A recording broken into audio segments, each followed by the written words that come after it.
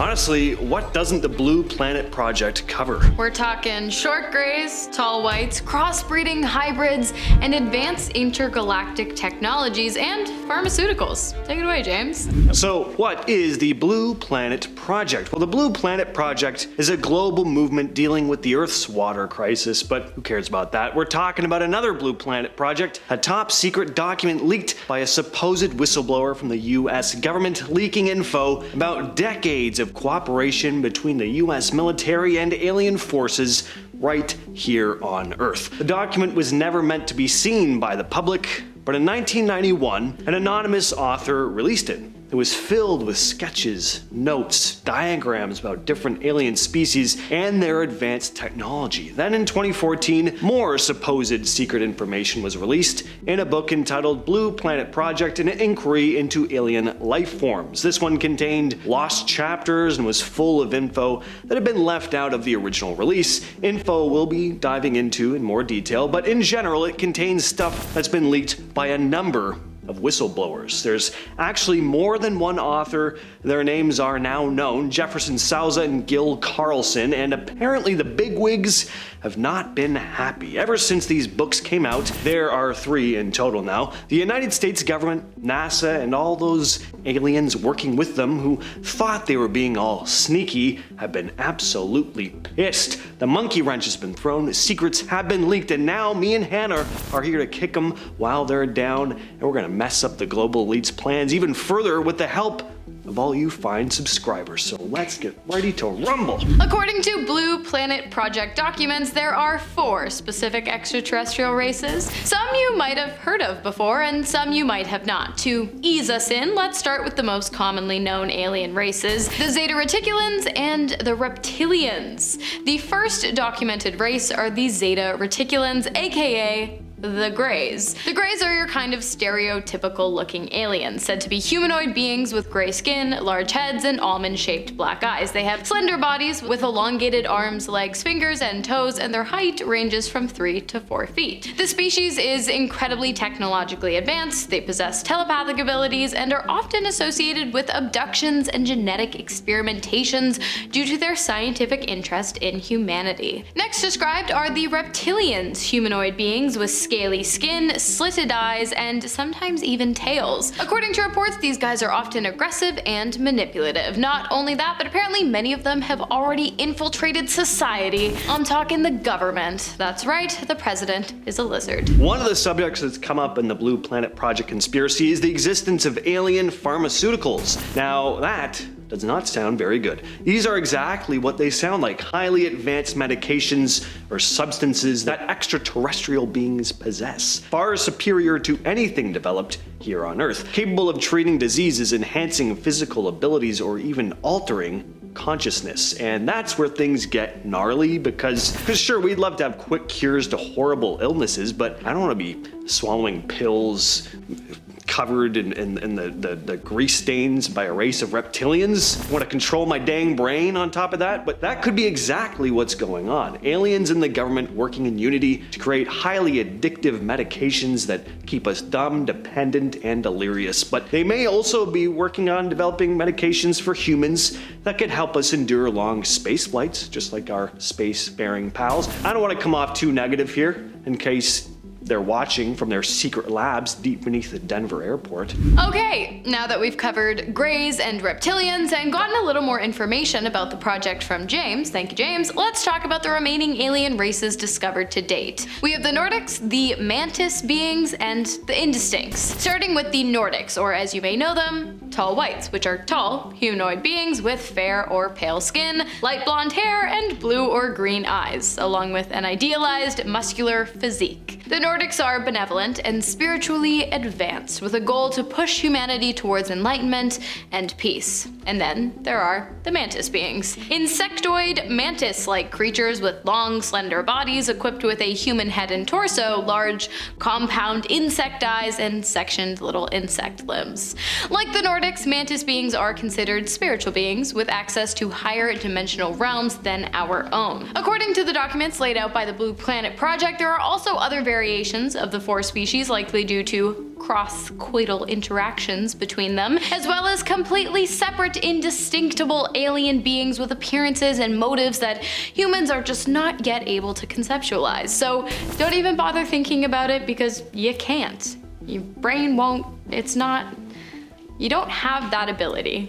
Majic, the Majority Agency for Joint Intelligence, is a powerful government organization that controls a number of secretive projects, all detailed in the Blue Planet Project books. The projects are called Sigma, Sigma being the project which first made contact with aliens and continues to do so to this day. Plato, which is responsible for diplomatic relations with aliens. The US government apparently agreed to keep their presence secret in exchange for their technology. They also agreed to allow them to abduct humans and animals for experiments. The Aquarius Project was responsible for compiling the history of aliens on Earth and their interactions with humans, which apparently goes back thousands and thousands of years. The list just goes on and on, with multiple secret government projects all under this MJ-12 umbrella, all with specific jobs and tasks centered around dealing with the presence of aliens on Earth. Remember how I mentioned the Zeta Reticulan scientific curiosity and how they are pretty much responsible for 99.9% of all abduction cases that we talk about on Earth? Well, let's dive a little deeper down that rabbit hole and talk about what exactly that process looks like according to documents connected to the Blue Planet Project. The abduction part itself is pretty murky, as most people who experience alien abductions often have lapses in their memory, the most common lapse taking place between the abduction and the release portion of the experience. What is generally remembered, however, are the lights, generally strange bright lights in the sky, and the sounds, generally pulsating low-pitch vibrational ones. And then of course there are the experiments. Human experiments performed by the Zetas. These include physical exams, reproductive exams that include the extraction of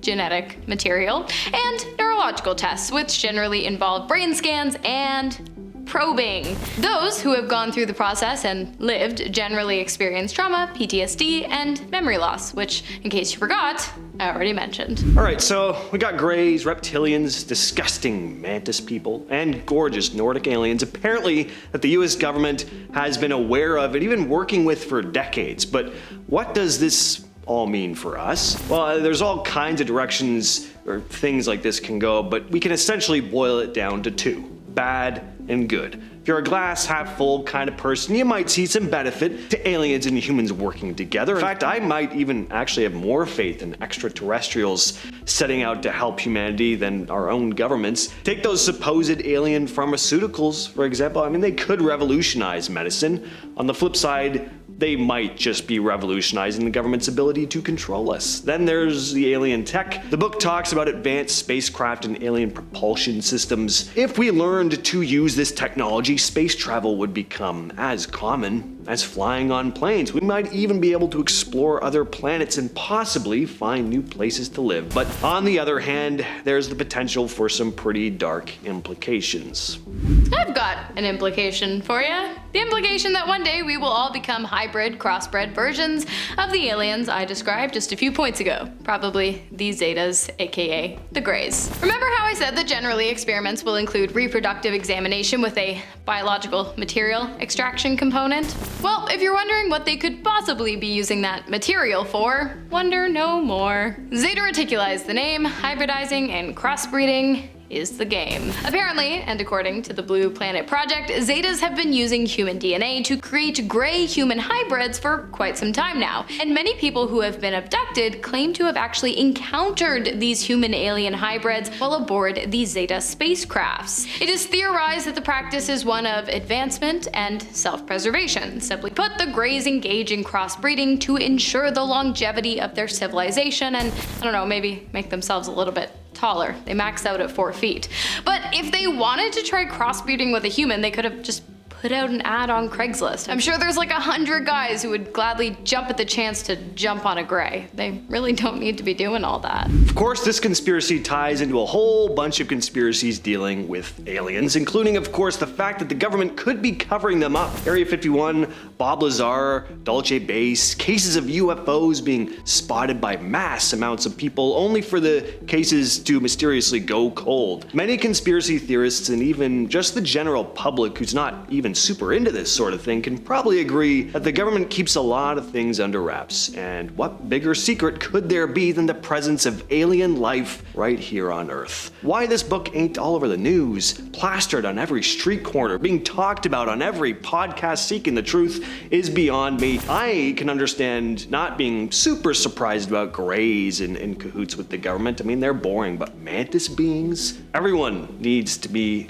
made aware of this immediately, which is why we're here with you right now. I mean, it makes sense why the government is doing their absolute best to cover up the existence of multiple alien races making their way across the universe. How else would they be able to secretly reap the benefits of the advanced extraterrestrial technology? I know you touched upon it briefly, but let's get into it a little bit more. I'm talking specifically about the technologies used in alien spacecraft. You guys might recall a video James and I did a while back talking about the one and only Bob Lazar, who James also just mentioned, who claimed that the government was using Area 51 to reverse engineer a spacecraft that ran on moscovium, a highly unstable and radioactive element that has only ever been produced in a lab, on Earth at least. Well, according to the Blue Planet Project, that guy was telling the truth. The documents also claim that the military has used alien technology to create anti-gravity devices and to unlock the secrets of faster-than-light space travel. Not only that, but aliens have also provided us with exotic matter reactors and metal materials that can be trained to shapeshift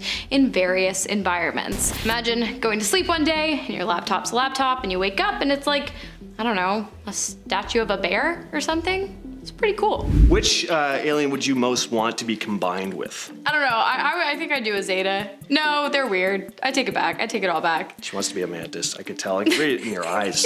Well, with all that said, why don't you share what you'd want to be combined with in the comments, and we will catch you in the next video. Cheers.